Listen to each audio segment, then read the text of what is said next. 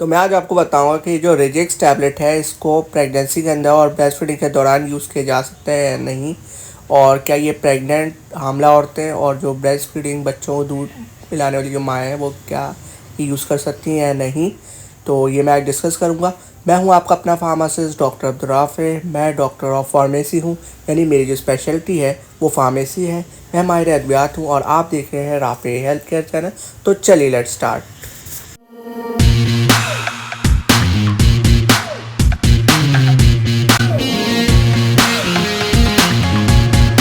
इसका जो brand name है वो रेजेक्स है और जो इसके जेनेरिक एक्टिव फार्मास्यूटिकल इंग्रेडिएंट है वो सिट्रेजिन हाइड्रोक्लोराइड है।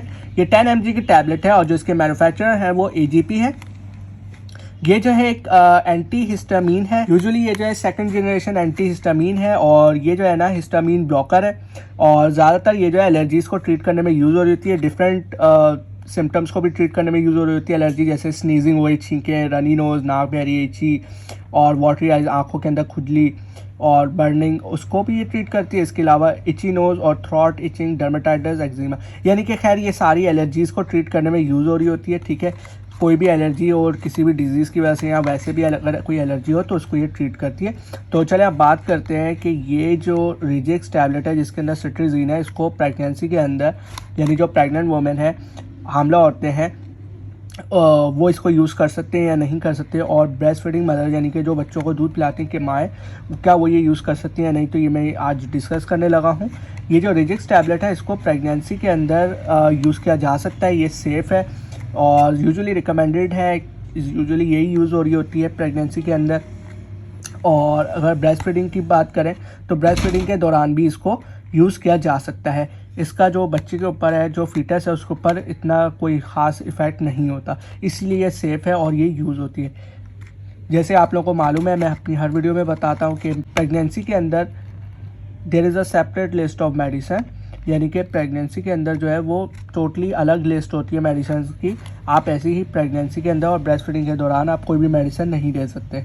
उसकी एक अलग लिस्ट होती है जिसमें से आप मेडिसिन देते हैं और वही सिलेक्टिव मेडिसिन होती हैं जो यूज़ हो रही होती हैं। तो ये रिकमेंडेड है, आप इसको यूज़ कर सकते हैं, लेकिन अपने फिजिशियन और फार्मासिस्ट की गाइडेंस के मुताबिक ही यूज़ कीजिएगा। सेल्फ मेडिकेशन नहीं कीजिएगा, क्योंकि सेल्फ के मेडिकेशन के अंदर फिर नुकसान हो सकता है आपको। ठीक है, तो और अगर आपको कोई किडनी डिजीज़ है, लिवर डिजीज़ है, तो उसके लिए भी आपको ख्याल से इसको यूज़ करना पड़ेगा। डोज कैलकुलेशन के बाद ही इसको यूज़ किया जाता है यूजुअली लिवर और किडनी डिजीज़ के दौरान। ठीक है, तो यानी इन शॉर्ट इसको अगर बात करें तो प्रेगनेंसी और ब्रेस्ट फीडिंग के दौरान यूज़ किया जा सकता है, ये सेफ़ है। ठीक है, लेकिन अपने फिजिशियन और फार्मासिस्ट को आपने अपने लूप में रखना है।